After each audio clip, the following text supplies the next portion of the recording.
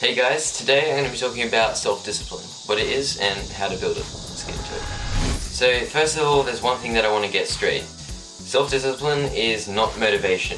Motivation is your desire to do something. Whereas self-discipline is going against your default, what your mind naturally wants to do, like sitting down and on the couch watching Netflix. And instead, being able to live by design and overcome your bad habits. Self-discipline is your ability to act on your goals no matter how motivated you feel. Being able to forego instant pleasure for long-term benefit. And the first tip I have for you for building this self-discipline is to shift your identity. So lately I've been reading the book Atomic Habits by the author James Clear. Inside he's got a very good example of the power of shifting your identity. I'll read it to you now. Imagine two people resisting a cigarette. When offered a smoke, the first person says, "No thanks, I'm trying to quit." It sounds like a reasonable response, but this person still believes they're a smoker who is trying to be something else. They're hoping their behavior will change while carrying out the same beliefs. The second person declines by saying, "No thanks, I'm not a smoker." It's a small difference, but this statement signals a shift in identity. Smoking was part of their former life, not their current one. They no longer identify as someone who smokes. As you can see, if you change the way you look at yourself, then your habits and actions take a U-turn to fit into that new identity. Instead of wishing you would run more, shift your identity and say to yourself, "I'm an athlete." Instead of wishing you read more books, call yourself a reader and then remind yourself every day of that fact. You'll find that the more you do this, the more likely you're going to fall into the pattern of accomplishing your goals. Tip 2. Attach pain and rewards. When you attach a reward to accomplishing your goal, that means accomplishing that goal appears more attractive. But as well as attaching a reward to accomplishing your goal, you need to attach a lot of pain to not accomplishing it.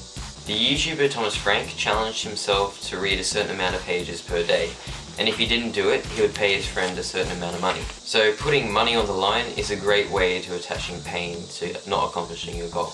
When attaching pain and rewards to your goals, you're going to have a much larger possibility of accomplishing them. Okay, so now to tip 3, make it easy.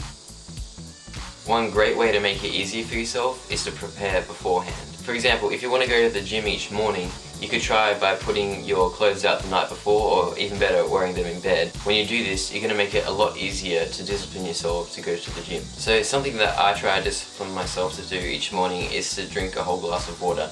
The way I make this easier for myself is by filling my drink bottle up the night before and putting it right next to my bed.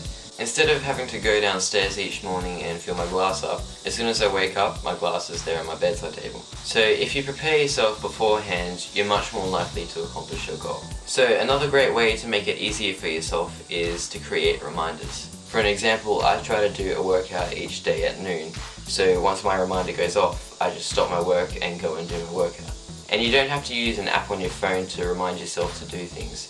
Sometimes I like to write sticky notes and I put them around my house.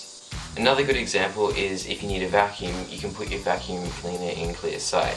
This will remind you, making it near impossible to give you a good excuse to quit. Okay, so tip 4, embrace the discomfort.